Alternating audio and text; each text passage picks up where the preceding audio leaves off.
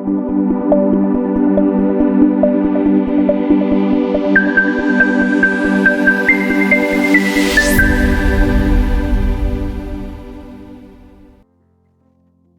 Father, we Yes. come to you in this hour, asking for your guidance and protection to our virtual gathering today.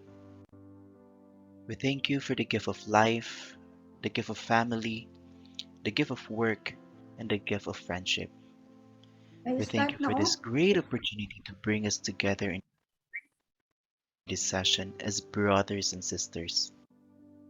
Bless the committee, the facilitator, and the attendees of this gathering.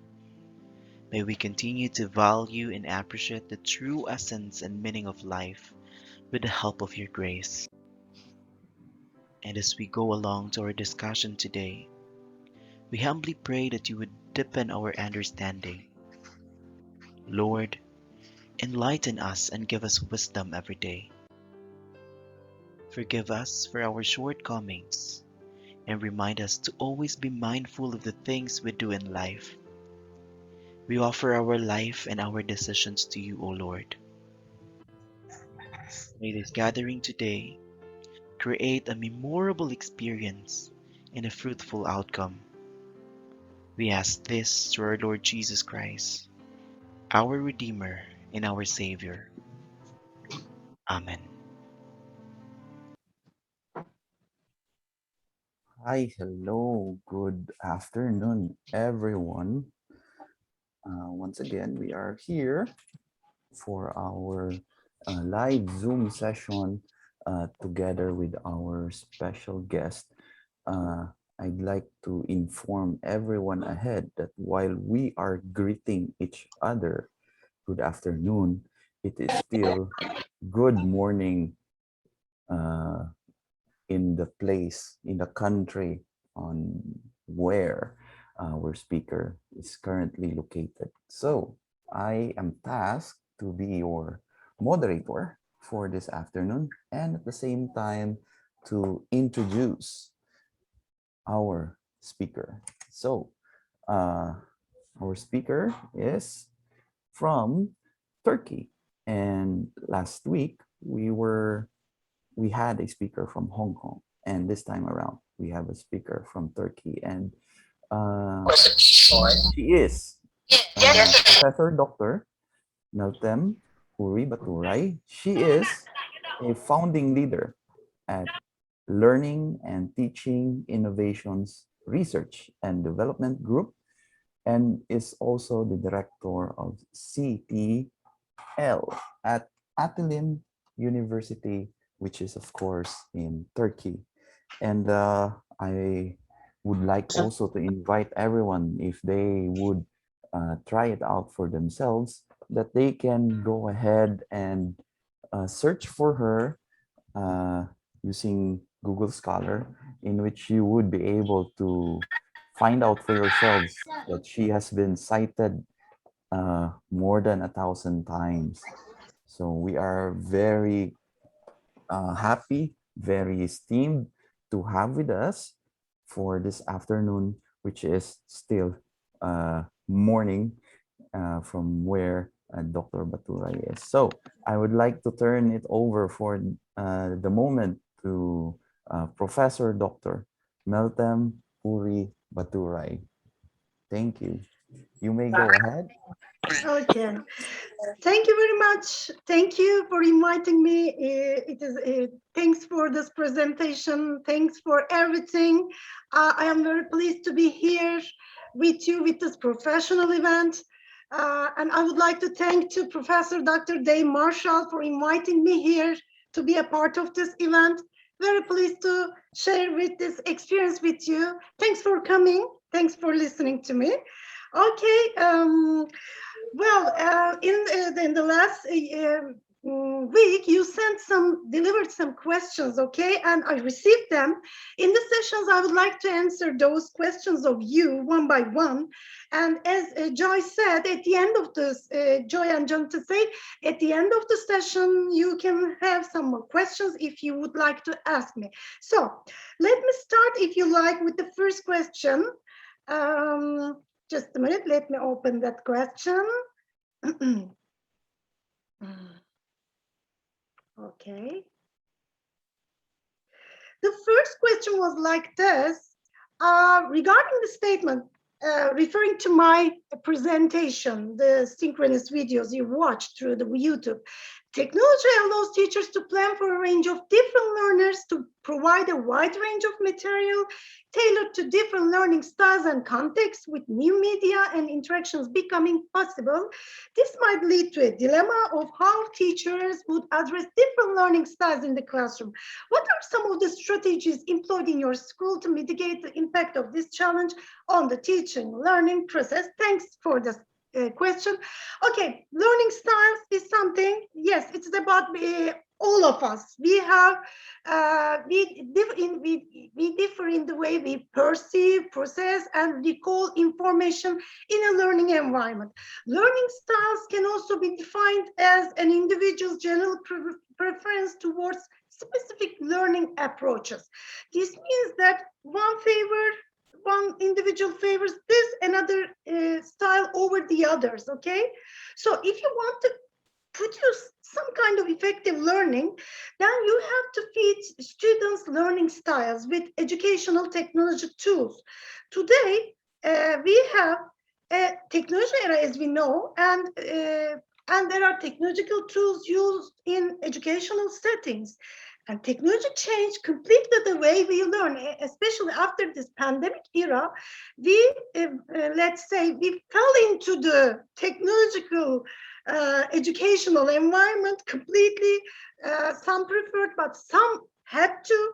And this changed the way we apply what we do while we're teaching and while we're learning. And it became an integral part of teaching and instructing students. So if you're talking about learning styles back, learners can be classified according to their learning styles like this. There are some visual learners, there are some oral learners, there are some kinesthetic learners, there are verbal, logical, social, solitary learners, blah, blah, blah. We are different.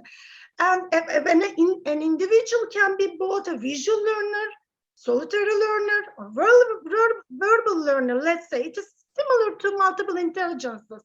So what is important here is that we should first analyze our students, learn about their learning styles, okay, and design and develop our courses, of course, with today's technology, because these are digital learners, digital natives, as Prensky defines them.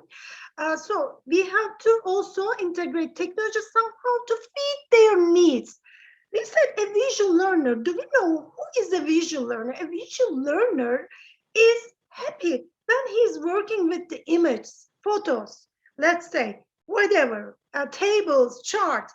So these learners need to see before they start learning. Okay, I mean, seeing comes first. So we need to use as much as possible technological tools to give them this opportunity. And there are some verbal learners who who are very much interested in written or spoken text, or written things, spoken things. Therefore, a traditional classroom with a lecturer working off textbooks or PowerPoint slides give these students with this learning styles these resources actually they need. We have to, we should start by knowing them first, okay, as I said. So we have to deliver the course by integrating such tools.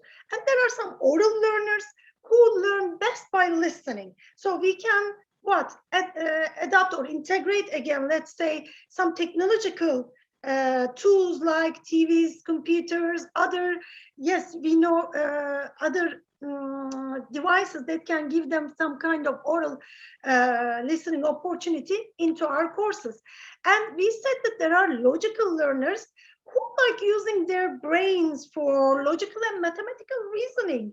So educational technology is perfect, because in the classroom, sometimes because of the time limitations, we are limited and we cannot always be very creative all the time. So there are applications There are educational technological materials that can help us, also these logical learners, like logic-based applications and puzzles, blah, blah, blah. And there are some physical kinesthetic learners. They like handling things and moving around. Technology is great support for these learners who need to physically manipulate the things they study, like games, interactive whiteboards, and with today's latest immersive technologies, let's say augmented reality or virtual reality applications may feed these learners. And also there are social learners who like to collaborate with others, who like sharing their others, listening to others, sharing their ideas with others. Yes, and educational technology is there to create such environment for these learners, because there are video chats.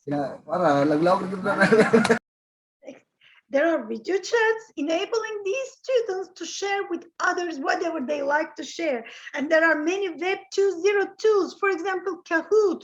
You know, it is very well known. It's a very easily used to. It creates a collaborative learning environment for these learners.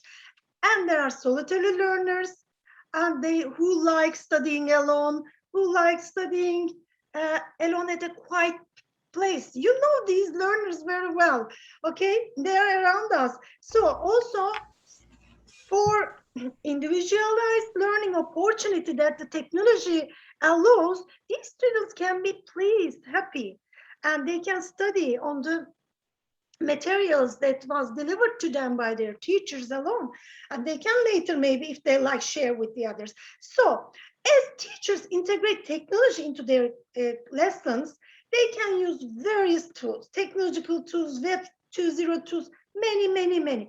What is important here is, first and first, we have to know about our students. In any project, even it is an educational project or others, it starts with the first step, analysis. So first start with analyzing your learners.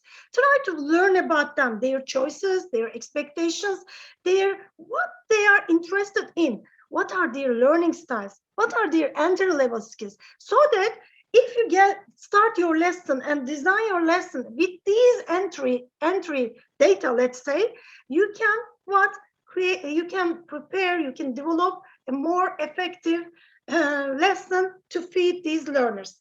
So it is clear that technology additions to the classroom can make a big difference when it comes to feeding the learners with the learners with different learning styles. Okay, so let's come to the second question. Let's see, how did you overcome the challenges in the implementation of the technology and enhance flexible learning in your institution, especially the issue on the reluctance to embrace change among the faculty members? Oh my God, this is a global issue. Actually, this is not all about the educational settings.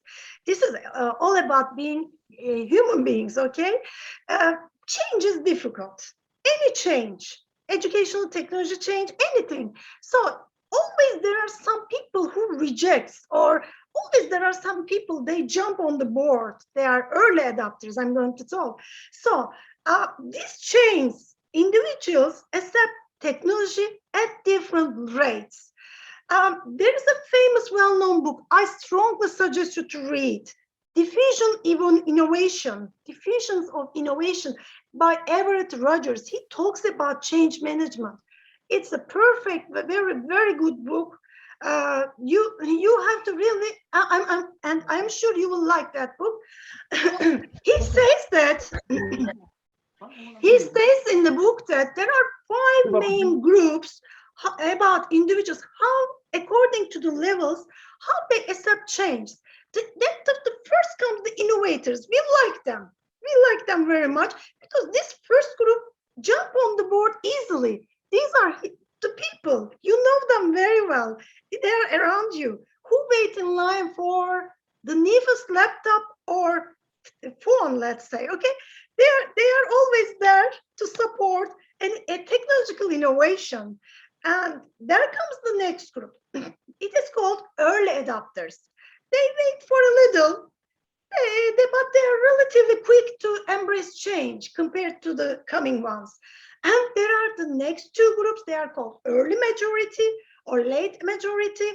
Well, they wait to see how things will work out. They're a little bit skeptical of change. So, but they do join once they see an initiative is moving forward.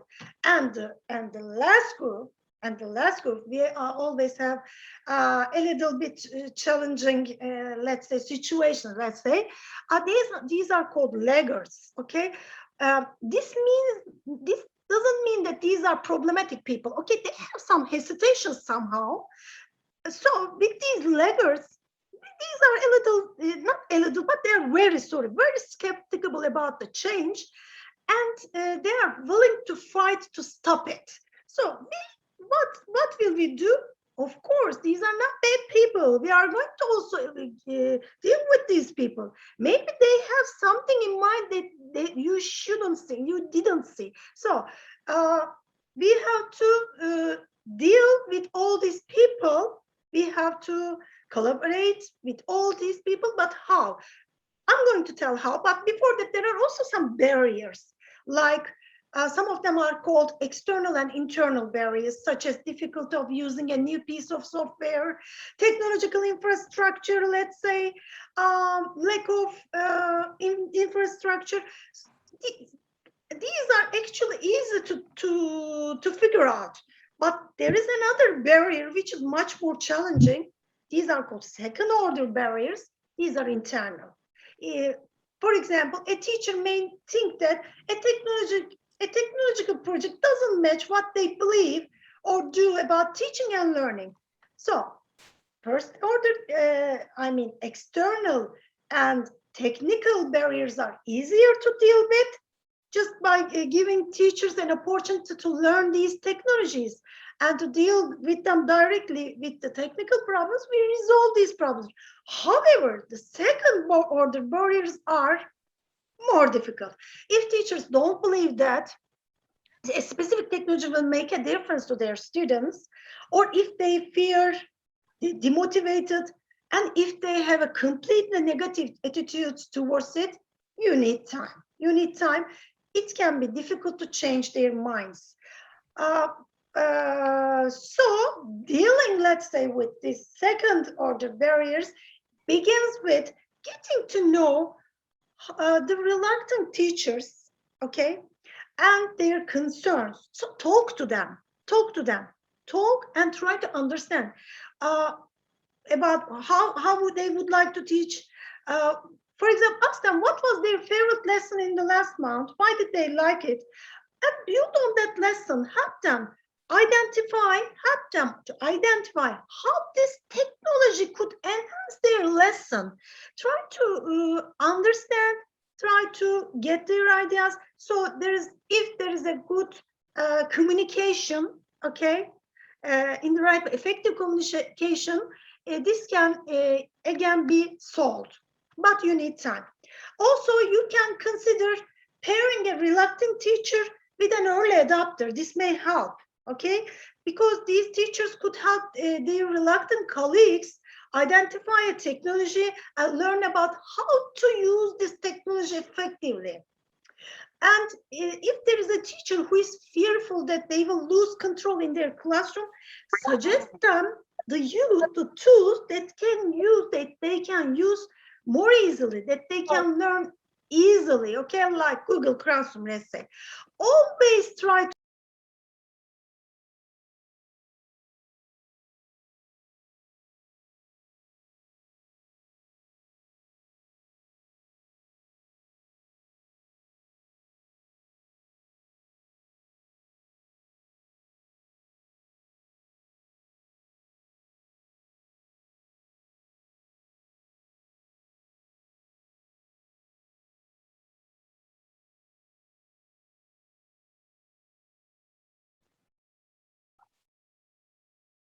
Professor, Professor, may we ask you to mute the mic? It's Unmute. Sorry, yeah, sorry. unmute. Sorry.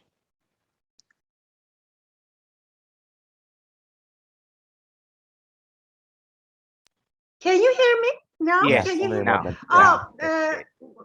what was my last? Okay, okay. I'm going on anyway. I hope there was not a long delay. Was it? No problem at all. Okay. It is essential so to realize that effective management of change is based on clear understanding of human behavior in the organization. It is all about understanding each other. You should start there. You cannot force people, okay? Anyway, it is also a way I'm going to talk. It's a way you can maybe apply, but then you can lose some people completely. So it is quite normal that some individual may react with some emotions like uncertainty, frustration, fear, feel threatened or disoriented. This can show, they can show some defensive and negative attitudes and resist to change. To be successful, a dedicated workforce and effective management of change is necessary. Actually, there are suggested 6 specific methods to help these, let's say, leaders, suggested for leaders. To be successful, you should apply these. For example, education and communication is one of them. Educate individuals in your school or in your educational setting about the nature and need for this change before implementing. Educate them. Try to, again, it's about communication, good communication. Please tell them the logic of change need to be explained. This should be explained, okay? Please tell them. Participation and involvement provide stakeholders to contribute ideas and advices in planning and designing, implementing the change. And facilitation and support for emotional and material help.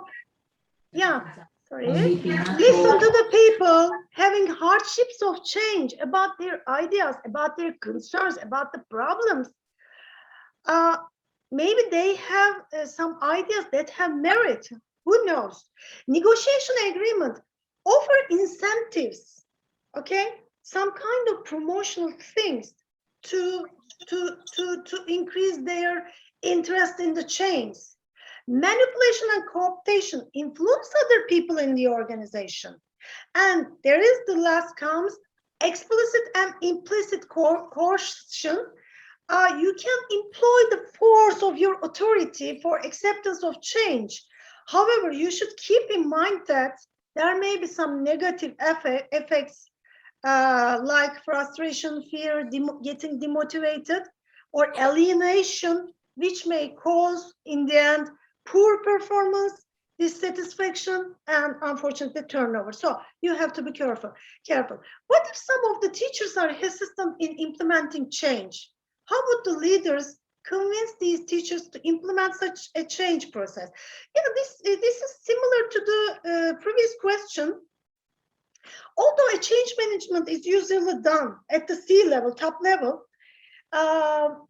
it is still very important to have the rest of the stakeholders bought into this change. Now, school leaders start a new technological project, whether it is small or big. As I said, there are always reluctant people, and the leaders may sometimes avoid connecting with these people.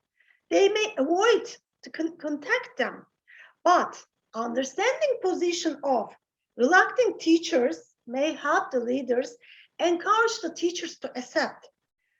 Also, far from being stubborn, they may have some important points that may change the situation. Maybe there are some points that you didn't think about, which may have overlooked. So, good connection, good communication, let's say, with these people is very important. Okay, what should be our primary concern in technology integration or integrating technology into our classes? Yes. Well, we always think that integrating technology somehow for just using sake of technology is enough. Well, not. Simply using technology instead of integrating technology sometimes can be a problem. The major challenge with technology integration is deciding which technology tools best fit the objectives, how effectively integrate them according to the course aim. That the teachers prefer using technology, usually that doesn't require so much time. But what is the difference between using technology and integrating it into the teaching and learning process? Technology integration is not simply using technological tools. It should be purposeful. It should have a pedagogical intent. It should affect how the classroom functions. It should be there for something, not just for using a technology is enough. Which devices to be selected, when, and how it should be introduced and integrated into the content to support teaching learning should be taught. To integrate technology more effectively, we must coordinate our knowledge of students, knowledge of content, best instruction practices, and technology to engage our students and foster their learning. And as I said before, it starts with knowing about your students, knowing about your facilities, knowing about the students' entry-level skills, knowing about what, let's say, a good analysis of the environment, your target people, your learners is very crucial before you start this technology enhanced learning project, let's say. You have to know about them, their requests, their expectations, their needs, their interests, their learning styles, and what they have in there as the technological stuff. If there's a kind of limitation, how can you make? Maybe you are thinking of using augmented reality. Okay, you are very much attracted with augmented reality, as all people do, almost all people. Okay, but can you use it? Do you have the necessary infrastructure? Do you have the tools? Or can your students use it? So all these about your knowing about your students, logistics, what you have in and what they want, okay, is important at this stage. The next one, let's say, what should be our primary concern and technology integration? Okay, so the next one is, so we said that the first one is use technology not for the sake of using it, but effectively, logically, and efficiently integrate it into your lessons. Second, technology is the object of learning. Teachers focus more on how the technology device functions in the classroom rather than how to adapt that technology to their context to maximize learning opportunities.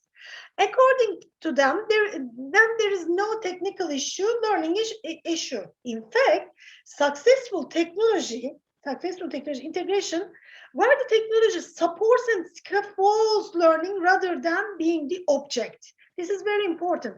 So this requires expanding students' interaction with its tools beyond the classroom to promote more independent and self-motivated learning. Because technology may sometimes deceive us. I really love this statement. Technology alone may deceive us. We should not get fascinated by it and depend entirely on it to guarantee the intended outcomes. Although technical skills and the technological tools on their hand are very important, we need to go beyond this to think about how to support our practices effectively in a pedagogical way to feed our students' needs. So, what comes first? Method. The pedagogical issues, the pedagogical strategies and principles comes first. Technology is there to help us. We can say it like this way, technology is the media, but what about the method? Without method, we cannot do anything. In this teaching learning process, method comes first.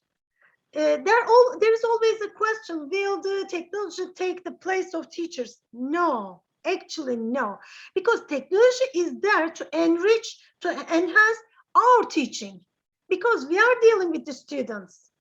The students need our support.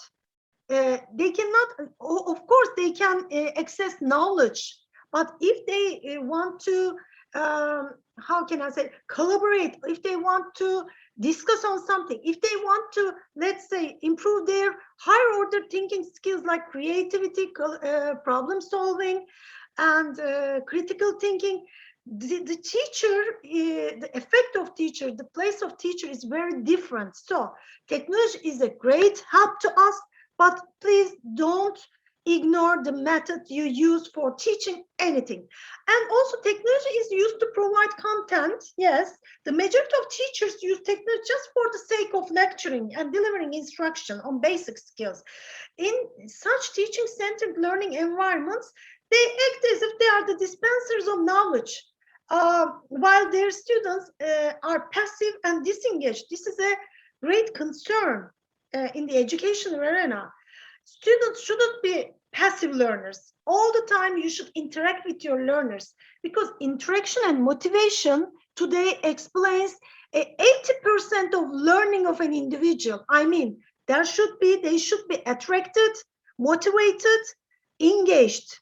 Then comes learning and then retention. So technology is a great tool to attract them. Technology is there to attract them and to support in this way, to make them engaged, but still it is with the teacher and the methodological principle she uses. So the power of technology lies in triggering student curiosity to search, work out different content, discover when they focus on problem solving and collaborative learning. So we should give our students opportunity of discovering, searching, let's say searching, discovering, and working on higher order thinking skills like problem solving, as I said, critical thinking, and collaborative learning for social learning by the help of technology. So we need to accept that learning with technology is different from a traditional way of learning. They can engage, motivate our students to manage their own learning, reinforce their content learning, and they can meet the needs of learning styles of students. So this is important. We shouldn't limit the potential of technology to a few slides, to content presentations. Because today, the major concerns of technology use moved away from hardware, software related issues. We are now for the last decade, let's say for the last maybe for 20 years, the instructional technologies, professional development, continuing administrative support are the latest issues being let's say, discussed in this arena, educational technology arena. Not every day, not the technology itself, because technology is every day, every other day, we are faced with a new technology and new tool. But always we say that how you embed it into your course, how you make use of that technology for effective learning with the right pedagogical approach is much more important. Okay, who in the institution has the capability of leading into technology and has flexible learning is the right next question. Well, school principals are generally expected to spearhead all the school improvement chains, including these technological chains as well. They therefore, they are called technological leaders, and they are expected to generate strategies how to use modern technologies in order to meet the needs of the constantly changing educational settings. The International Society for Technology and Education, which is a very professional group of researchers, cooperation, let's say, indicates that school principals should exhibit visionary leadership roles, lead the construction of a culture, digital learning, provide opportunities for professional growth in concert with the digital age, support continuous improvement, and set an example in terms of adopting a digital culture. So in order to achieve these roles, school principals need to be knowledgeable and highly skilled in many areas, such as they should develop a vision to display how to use technology in school.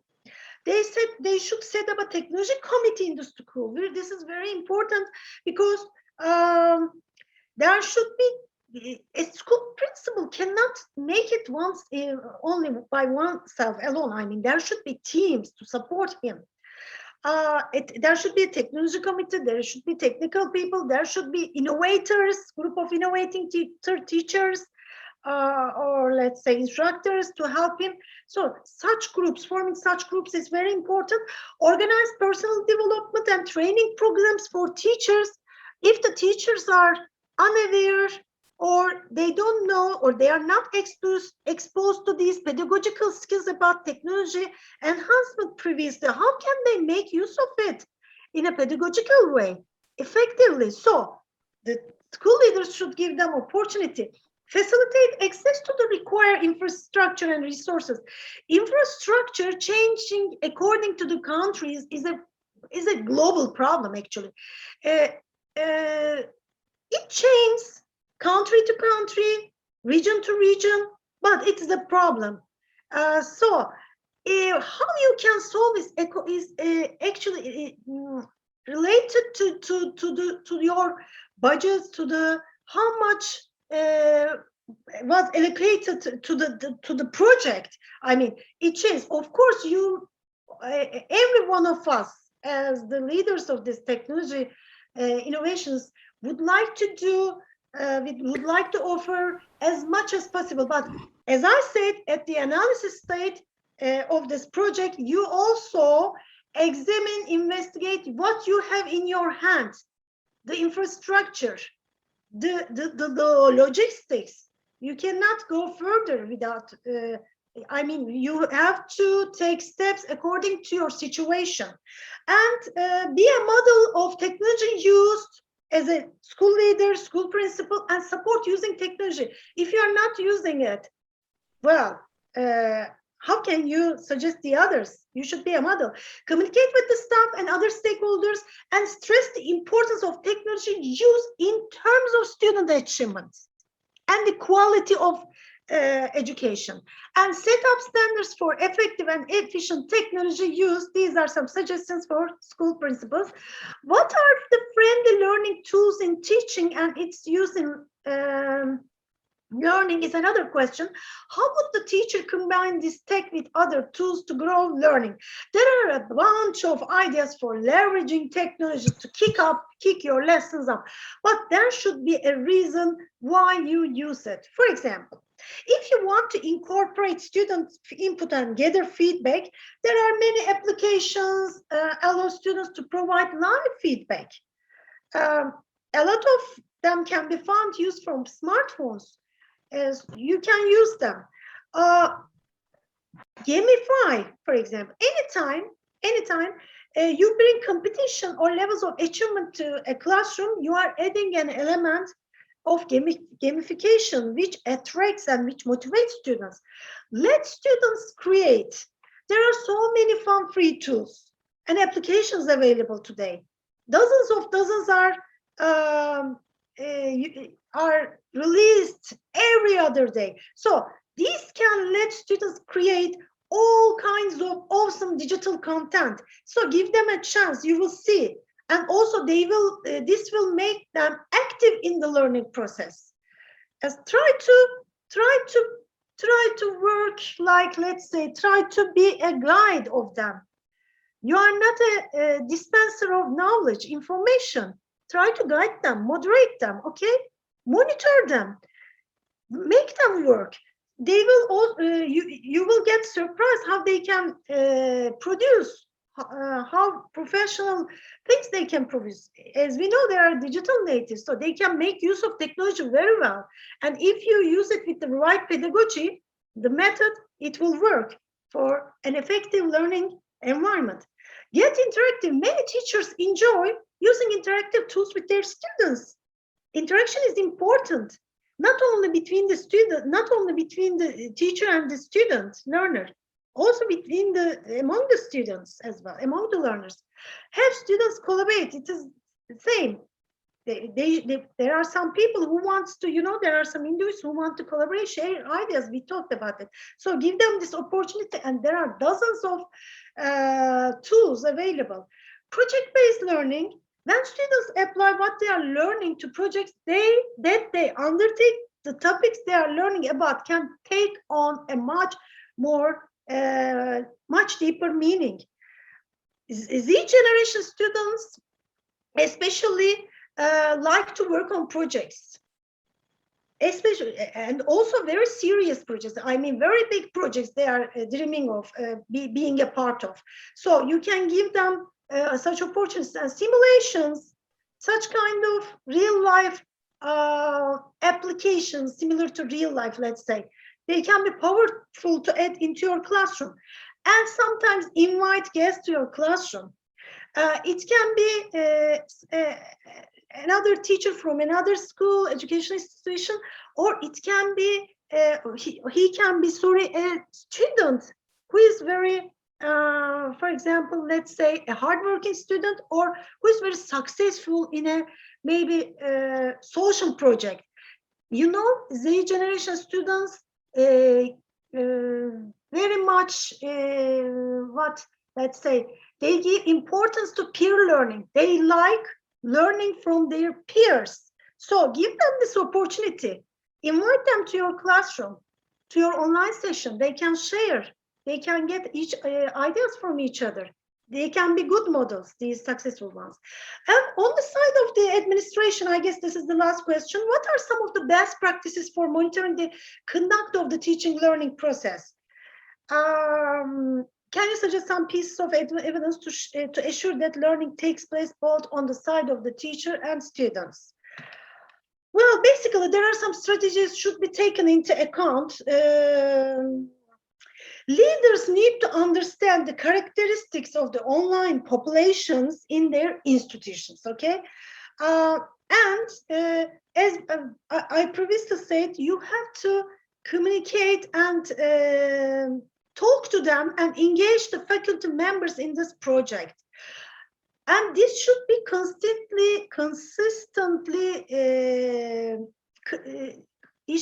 this communication should be consistent with all administrators, with all members, with top to bottom, everybody who will be, all the stakeholders, let's say, in this online learning program project, let's say. And faculty administration managers, please tell them that they should work together to manage this, to improve the quality of the education, and to reach the perceived learning outcomes, to reach the perceived quality of learning outcomes. In case of financial resources, or when there is a problem with the financial resources, when they are declining, educational leaders need to regularly re-examine institutional policies regarding faculty incentives. And finally, this is maybe the much more important, the perceptions and attitudes of students, their expectations, their needs should be investigated regularly during the process. If there is a change, whether it is in the positive and negative, what is behind it should be investigated, examined. What is the most difficult barrier for technology enhanced learning? Actually, we talked about the barriers, and we said that the second order barriers are, especially the internal ones about the teachers, is much more difficult to figure out. But there are also some other barriers, like lack of organizational support, teachers' lack of knowledge and skills, lack of time, lack of hardware and software, students' lack of knowledge and skills and motivation, lack of reward and recognition system are some other barriers. But which ones are the most difficult ones? The internal ones about the students and about the teachers, like increasing students' motivation, changing their negative attitudes to positive, and the students and the teachers' reluctancy, making it in a positive way, changing it, are the difficult ones. You need time, and you need, you have to be patient, and you have to communicate them well. If teachers don't believe that a specific technology will make a difference to students, or if they fear, they will not do it. Don't forget. Okay, with almost 2 years into the COVID-19 pandemic, yes, with all stakeholders of education jumping into the bandwagon of flexible learning, how can we be assured that we are doing it right? Well, actually, with the sudden pandemic event, we all found ourselves in this online learning environment. Yes, some of us were interested using some online tools in our lessons, or we were using flip classroom, blended models, but when it comes to mass, the situation is a little bit different, because psychologically we were not ready for it, even though some of us had some, let's say, rehearsals before, but psychologically we were not ready. So with this sudden shift away to classroom to online in many parts of the globe, people or the teachers or the school, the stakeholders in an educational environment or school started to think about the ways of this to figure out this problem. The technological infrastructure was not maybe ready. The teachers' education training, they maybe lack of it. Some of them were unaware of the tools or how did they manage the situation. So we needed to deliver all this. We need to help them figure out all these problems immediately, and because the schools, the students cannot wait. You have to answer them. You have to, you have to give them that, you have to teach them anyway. So we had to do whatever we could in a very immediate way. Of course, there were some, let's say, lacking parts in this process, but we made it. Still, some people are wondering whether this online learning will continue to persist post-pandemic, or if it is post-pandemic, let's say, how such shift would impact the educational quality. But the research indicates that online learning increase retention of information and take less time. So the changes coronavirus have caused might be here to stay. They reported improved learning outcomes at the side of learners. So these are good news, I mean. And there are, this sector, let's say educational technology, worked quite a lot, like maybe the health sector, let's say the others in the corona, to deliver whatever they can, whatever they could do for all these students. So there are many tools delivered, but the important part is that still we cannot forget training of teachers. All schools, all educational institutions should go on delivering teacher training programs for these teachers, so that they can use the right pedagogical approach for these students.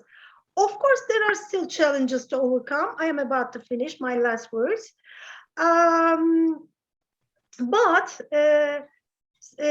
some students without reliable internet access, infrastructure, or teachers as well.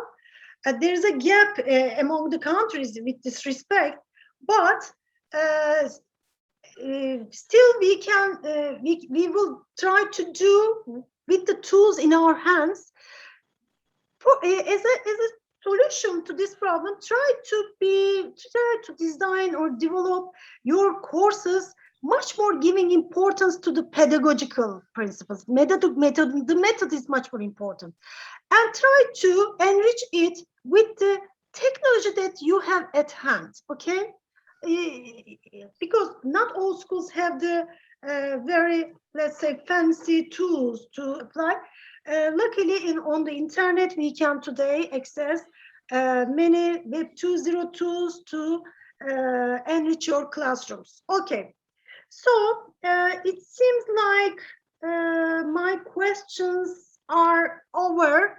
So is Jonathan there so that Yes, yes, okay, I'm here. okay, I'm here. okay, Um, okay. I think one of the best Uh-huh. things that we got is that there is an assurance coming from us in the Philippines, knowing that it is not just us here encountering such a situation wherein we are all thrust into going into online. And I do believe that our participants would be able to agree on such. No, I think it's a very good assurance on everyone here.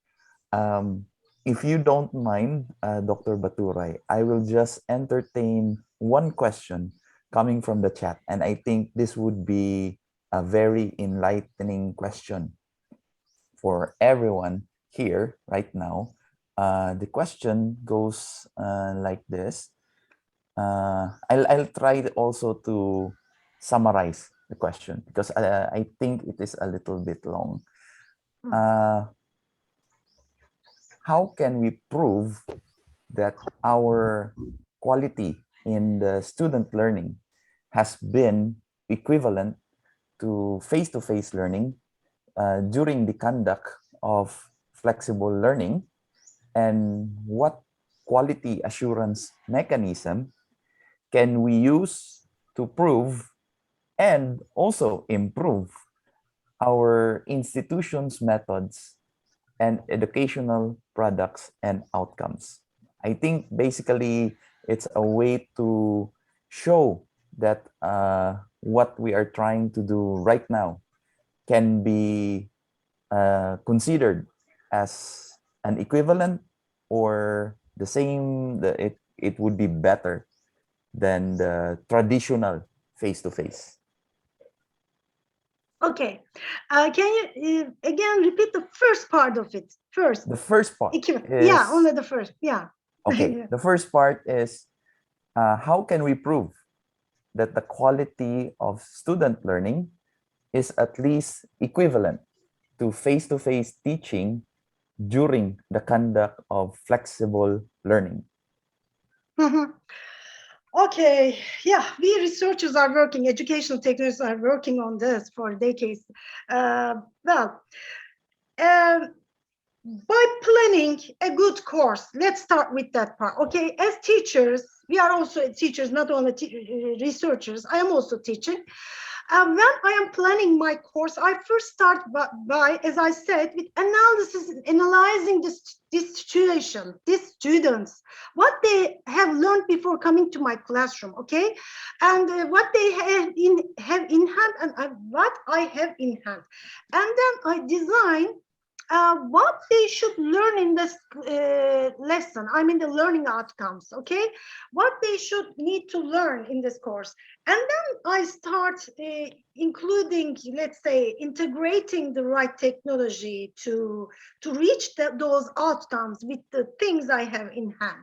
So if you compare it to face-to-face classroom, well, I believe that from now on, nothing will go back to face-to-face teaching. From maybe now on, it will be blended. And don't forget that these generation students are Z generation students. Z generation students are called to be the most genius generation students. I'm talking about things that is written in the literature. They are very clever. They are very, how can I say, they are clever, they are open, but they can access information. They can access information, but not always the right information, not always the complete information. Sometimes some information is missing and they access to wrong materials. So we are there as the teachers to help them, to guide them, okay? So Z generation learners are called as well digital natives. These digital natives cannot live without technology. Okay, technology will be there to feed this need, but in the right way. Again, with the with the methods we use face-to-face teaching, we don't leave them. They are they will also be used in online learning. You have to give your students opportunity to criticize, to discuss, to discover, to solve problems, and create. So this will what increase the level of their learning. As you know, we have Bloom's taxonomy, which starts with the knowledge level. So if you try to give them, release them activities like this to improve their higher order thinking skills, their level of learning will increase as well. Application to the application level, articulation level, to the analysis and synthesis levels. They are higher order levels. And if they work on actively, this is also important, actively, they will learn much better, and the retention will be much higher. Even in the classroom, some students are passive learners. Can we guarantee that a face-to-face classroom, in a face-to-face classroom, all students are active learners? No. Some of them are daydreaming. Some of them are cyber loafing with their mobile phones in their hands. Some of them are, chatting with the one next. But in an online environment, we don't forget the experiences we have from the face-to-face, coming from the face-to-face. We are teachers. We are human beings. We know also our students, that we were students once upon a time. We were students. So we know them. So we know them how to, coordinate, or how to give them, also with the pedagogical, let's say, background we have. We know how to manipulate the situations. We know how to feed them. But I always repeat this as an educational technology: do not forget the method. Without method, solely releasing a technology doesn't mean anything. Doesn't mean. If you do it in the right way, technology enhanced learning, technology enhanced flexible learning will be successful. Sometimes much more successful than the face-to-face teaching, especially for these digital learners, digital natives. Yes, thank you. I hope I answered the question. Yes. Thank you very much. I really do think so. And I think in terms of the quality assurance tools, you did mention that there are ongoing research with regards to the tools and methods. So yes, I think that should be quite enough, no? Just to check on the time, it's 2:58 p.m. Now, while our other facilitator, Ma'am Lourdes, is going to return to sharing the screen, may I call on Sir Dave if he wants to provide additional inputs as to what has transpired this afternoon? Just very briefly, Dr. Dave. This is the Yeah, best thank time. you. Thank you, Professor Dr. Baturay. My Just to pleasure. encapsulate the discussion for today, and try to balance from the different inquiries from the open forum and today discussion is basically leadership is a very important factor in the implementation of flexible learning. As to the question on how can we make sure that we are doing the right way, is basically starting from the planning stage, as mentioned by our speaker for this afternoon. And planning does not necessarily mean technology, it means all aspects of educational management. That is why next week we have another speaker who will talk about the synergy of theories and technology, because planning, as mentioned by our speaker this afternoon, include not only, and we should not emphasize on technology, but instead on the strategy, on the pedagogic model, and aspects that we wanted to establish in the flexible learning. As mentioned by our speaker this afternoon, we may had a rehearsal before COVID, but what we learned is a different situation than today because we are caught in this time of pandemic where all of us are not prepared.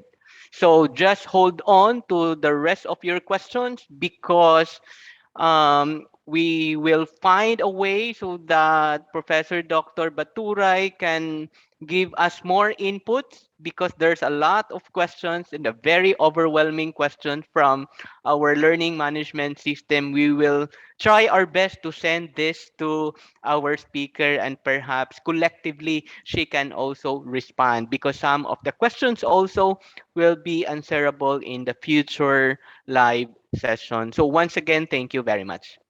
Yes, and thank you, Sir Dave. I will. Thank you, sir. Thank you, Okay, Professor I will. Dave. Thank you. Yes, I will take this opportunity to mention that since our next speaker is going to be coming from the Philippines, now you can start asking about internet connectivity. But unfortunately, I don't think that she will be able to solve that particular problem on her own. Okay, next slide, please. Yes, we would like to take this opportunity also to present to our speaker the certificate. Go ahead, Mambel. Yes.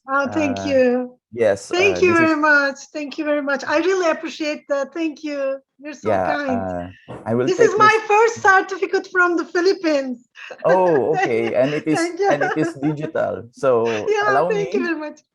yes, allow me to read the citation. And this is a certificate of recognition from Silliman University to our speaker. So this certificate is awarded to Professor Dr. Meltem Huri Baturay for being the speaker on the topic leadership in technology enhanced flexible learning during the 12 weeks open online course on technology enhanced flexible learning.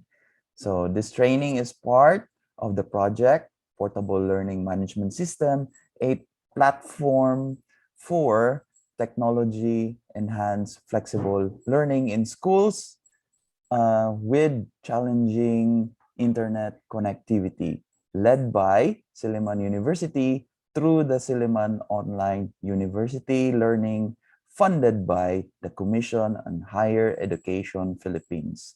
Given the second day of October in the year of our Lord 2021. This is signed by, of course, Dave Marshall, PhD, Director of Silliman Online University Learning, Silliman University, Philippines, and Earl Jude Paul Cleope, our Vice President for Academic Affairs in Silliman University. Thank you very much, Dr. Baturay.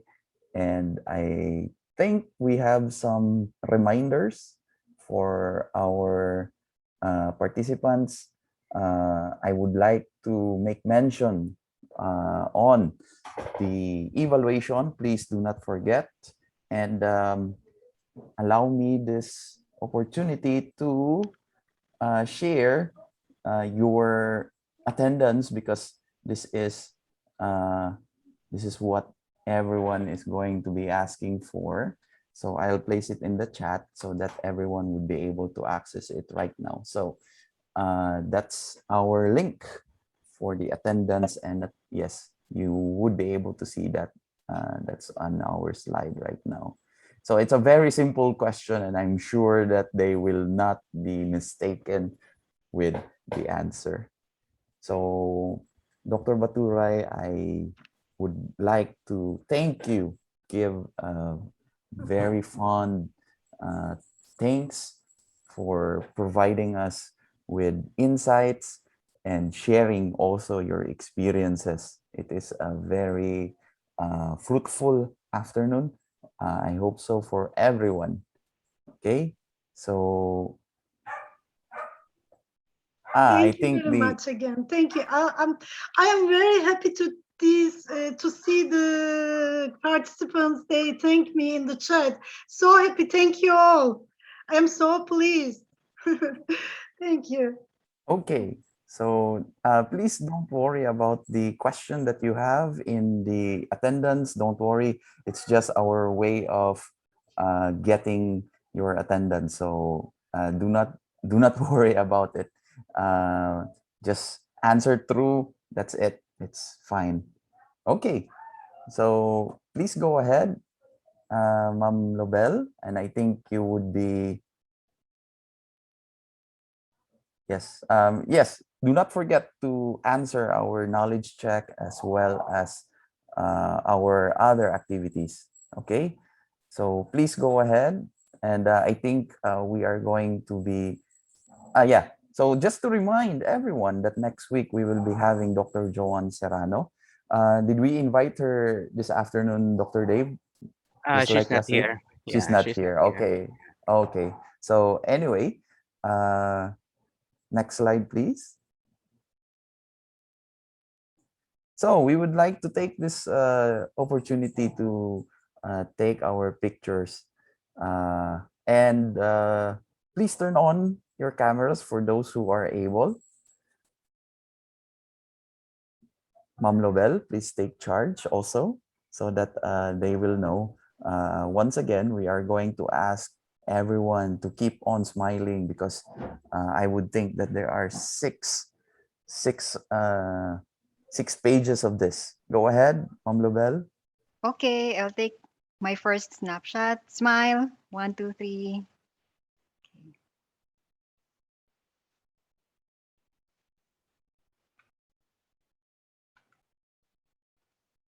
Next.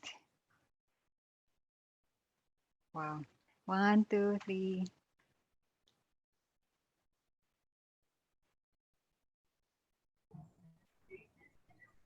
I'm now on the third group.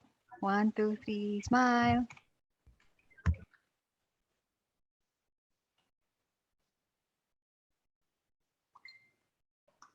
Fourth group. 1, 2, 3. Smile.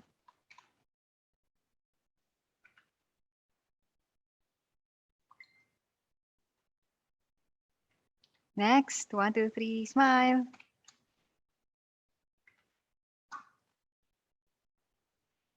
And the last group. 1, 2, 3. Okay. Thank you so much for sharing for those who share their camera and for everyone who are here. Yes. I- yeah. With regards to the attendance, I don't think that even though that you answered false, would that be noted, Sir Dave? I'm not. Uh, that would still be noted. Anyway, your attendance would be noted. So thank you very much. No. Uh, yeah, and please do message us if you have concerns with regards to your attendance. Okay. So of course we will try our. We are doing our very best on that. Okay, so I think that should be all for the afternoon. Go ahead, Ma'am Lobel, with the next. Okay, so thank you very much, everyone. We will take care of the your concerns, no, especially on the questions. Thank you, and good afternoon, everyone. Thank you, Dr. Baturay.